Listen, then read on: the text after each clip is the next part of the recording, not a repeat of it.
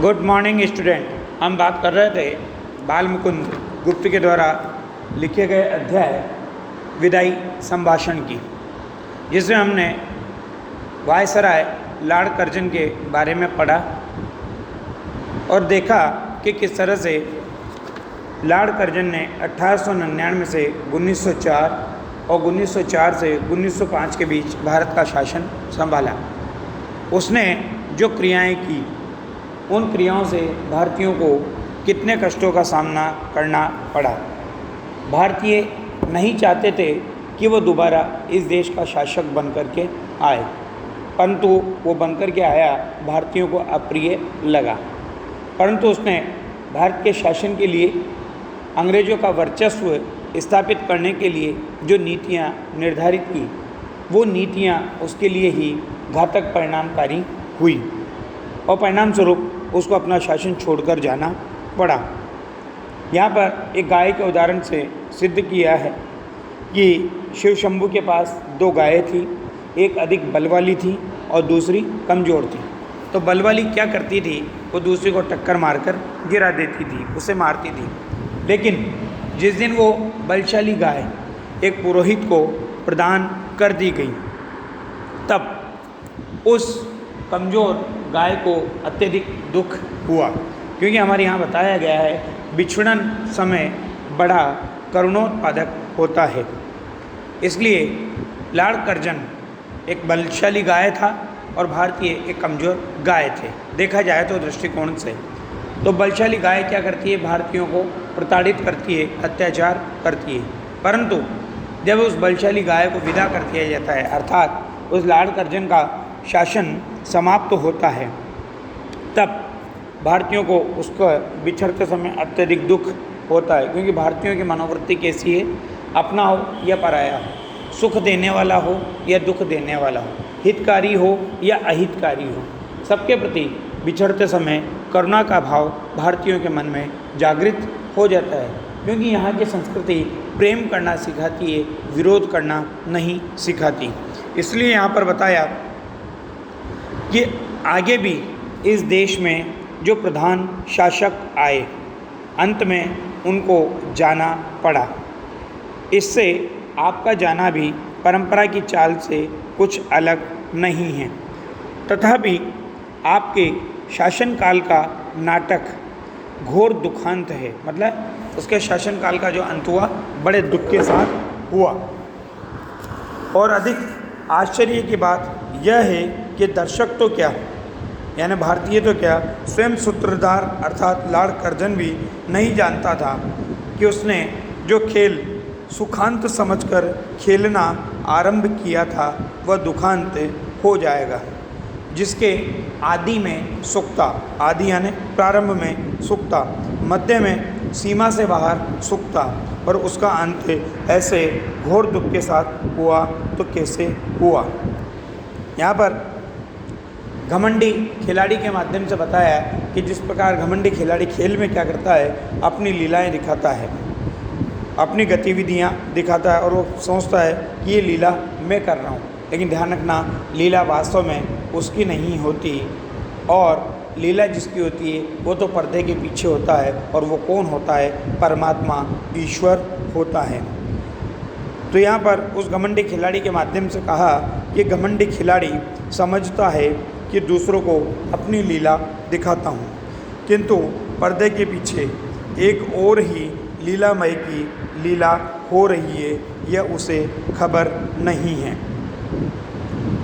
इस बार बम्बई में उतरकर, बम्बई जिसका आजकल वर्तमान में नाम मुंबई कर दिया गया है, माय लॉर्ड, आपने जो इरादे जाहिर किए थे जरा देखिए तो उनमें से कौन कौन पूरे हुए।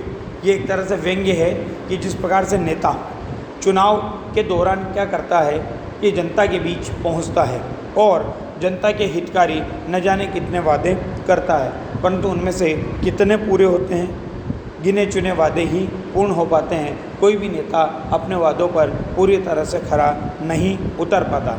इसी प्रकार से कर्जन ने क्या किया, जब उसका शासन प्रारंभ हुआ तो उसने आकर के न जाने कितने इरादे प्रकट किए, परंतु उनमें से कौन कौन से पूरे हुए ये उसे स्वयं को पता नहीं है।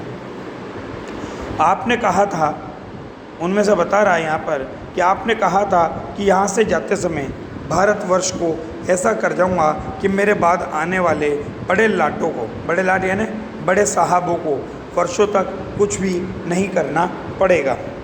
वे कितने ही वर्षों सुख की नींद सोते रहेंगे। ऐसा किसने जाहिर किया? लॉर्ड कर्जन ने। वे कितने ही वर्षों सुख की नींद सोते रहेंगे। किंतु बात उल्टी हुई। आपको स्वयं इस बार बेचैनी उठानी पड़ी है और इस देश में जैसी अशांति आप फैला चले हैं उसके मिटाने में आपके पद पर आने वालों को न जाने कब तक नींद और भूख हराम करना पड़ेगा। ऐसा इसलिए कहा क्योंकि उसने जो नीतियाँ निर्धारित की, जो भारतीयों के ऊपर अत्याचार किए, उससे भारतीय पूरी तरह से त्रस्त हो गए, पीड़ित हो गए। अब इसके बाद क्या होगा? वैसी शांति, जैसी शांति की कल्पना उसने की थी, वैसी शांति स्थापित करने के लिए न जाने कितने अधिकारियों को आगे प्रयास करने पड़ेंगे। क्यों?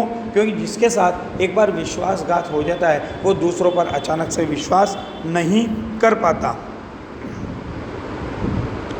नींद और भूख हराम करना पड़ेगा। इस बार आपने अपना बिस्तरा गर्म राख पर रखा है, अर्थात भारतीयों के क्रोधित और उग्र स्वभाव पर रखा है, और भारतवासियों को गर्म तवे पर पानी की बूंदों की भांति नचाया है। आप स्वयं भी खुश न हो सके और यहाँ की प्रजा को भी सुखी नहीं होने दिया।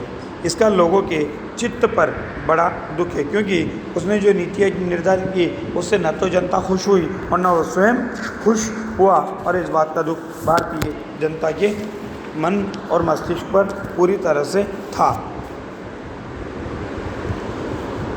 विचारिए तो क्या शान आपकी इस देश में थी और अब क्या हो गई। कितने ऊंचे होकर आप कितने नीचे गिरे।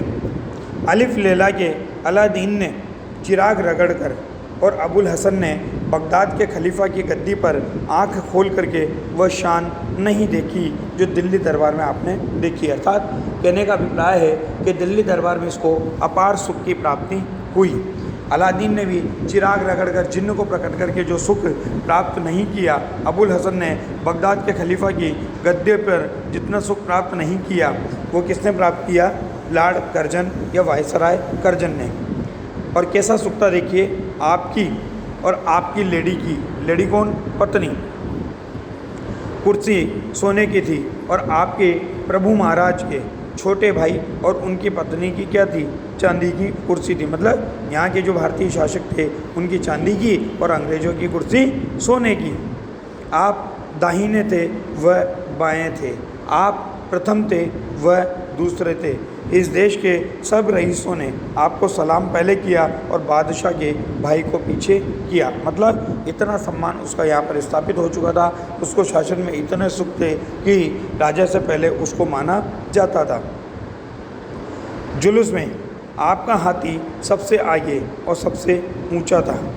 होदा, चंवर, छत्र। होदा हाथी के ऊपर जो लगाया जाता है, जिसमें बैठते हैं, उसे होदा कहा जाता है। होदा, चंवर, छत्र आदि सबसे बढ़ चढ़ कर थे। सारांश यह है कि ईश्वर और महाराज एडवर्ड के बाद इस देश में आप ही का एक दर्जा था। किंतु अब देखते हैं कि जंगी लाट के मुकाबले में आपने पटकनी खाई। जंगी लाट यानी युद्ध करने वाली सेना। सिर के बल नीचे आ गिरे। आपके स्वदेश में वही ऊंचे माने गए और आपको साफ नीचा देखना पड़ा। क्यों? क्योंकि इसकी नीतियों से स्वयं इसके जो अधिकारी वर्ग था, इनको भेजने वाला जो वर्ग था, वो भी सुखी नहीं था। आपके स्वदेश में वही ऊंचे माने गए क्योंकि उनका जंगी लाट का त्याग बलिदान ज़्यादा था। आपको साफ नीचा देखना पड़ा। पद त्याग की धमकी से भी ऊंचे न हो सके। तब इन्होंने क्या किया? अपने अधिकारियों को धमकी दी कि मैं पद से त्यागपत्र दे दूंगा। परंतु क्या हुआ? पद त्याग की धमकी का इनके ऊपर के अधिकारियों पर, इनके शासकों पर कोई प्रभाव नहीं पड़ा और परिणाम स्वरूप क्या हुआ? पद त्याग का इस्तीफ़ा इन्होंने दिया और वो इस्तीफ़ा स्वीकार कर लिया गया और इस प्रकार से ये ऊंचे नहीं हो सके, बल्कि इनको शासन से हटा दिया गया। इस प्रकार से इनके द्वारा बनाई गई नीतियों ने इनके खुद के लिए ही क्या किया, नुकसानदायक स्थिति बना दी। इनको स्वयं को शासन को छोड़ना पड़ा। आप बहुत धीर, गंभीर और प्रसिद्ध थे, परंतु क्या हुआ, इन्होंने नीतियों से सारी धीरता गंभीरता को उड़ा दिया। उस सारी धीरता गंभीरता का आपने इस बार कौंसिल में बेकानूनी कानून पास करते हुए, मतलब ऐसा कानून बनाया जो कोई कानून की संज्ञा में नहीं था, और कन्वोकेशन वक्तृता देते समय दिवाला निकाल दिया, और जो लेक्चर देते समय, भाषण देते समय जो आपको धीरता और गंभीरता रखनी पड़ती है, उस सबका दिवाला निकाल दिया। ये दिवाला तो इस देश में हुआ। उधर विलायत में आपके बार बार इस्तीफ़ा देने की धमकी ने प्रकाश कर दिया था कि जड़ हिल गई है, अर्थात भारत में अंग्रेजी शासन की जड़ें कमज़ोर पड़ गई है। अंत में वहाँ भी आपको दिवालिया होना पड़ा, और धीरता गंभीरता के साथ दृढ़ता को भी तिलांजलि देनी पड़ी, अर्थात मजबूती को भी छोड़ना पड़ा। इस देश के हाकिम आपकी ताल पर नाच रहे। हाकिम शासन करने वाले लोग, सूत्रधार राजा महाराजा डोरी हिलाने से सामने हाथ बांध करके हाजिर हो जाते थे। आपके इशारे में प्रलय होती थी। कितने ही राजों को मट्टी के खिलौने की भांति आपने तोड़ फोड़ डाला। कितने ही मट्टी काट के खिलौने आपकी कृपा के जादू से बड़े बड़े पदाधिकारी बन गए। आपके इस इशारे में इस देश की शिक्षा पायमाल हो गई, मतलब शिक्षा पूरी तरह से परिवर्तित हो गई, शिक्षा में बदलाव आ गया, और शिक्षा का जो स्तर था भारतीयों का, वो पूरी तरह से दुर्दशा से ग्रसित हो गया, और शिक्षा पूरी तरह से नष्ट हो गई। यहाँ की स्वाधीनता पूरी तरह से उड़ गई। बंग देश के सिर पर आरह रखा गया।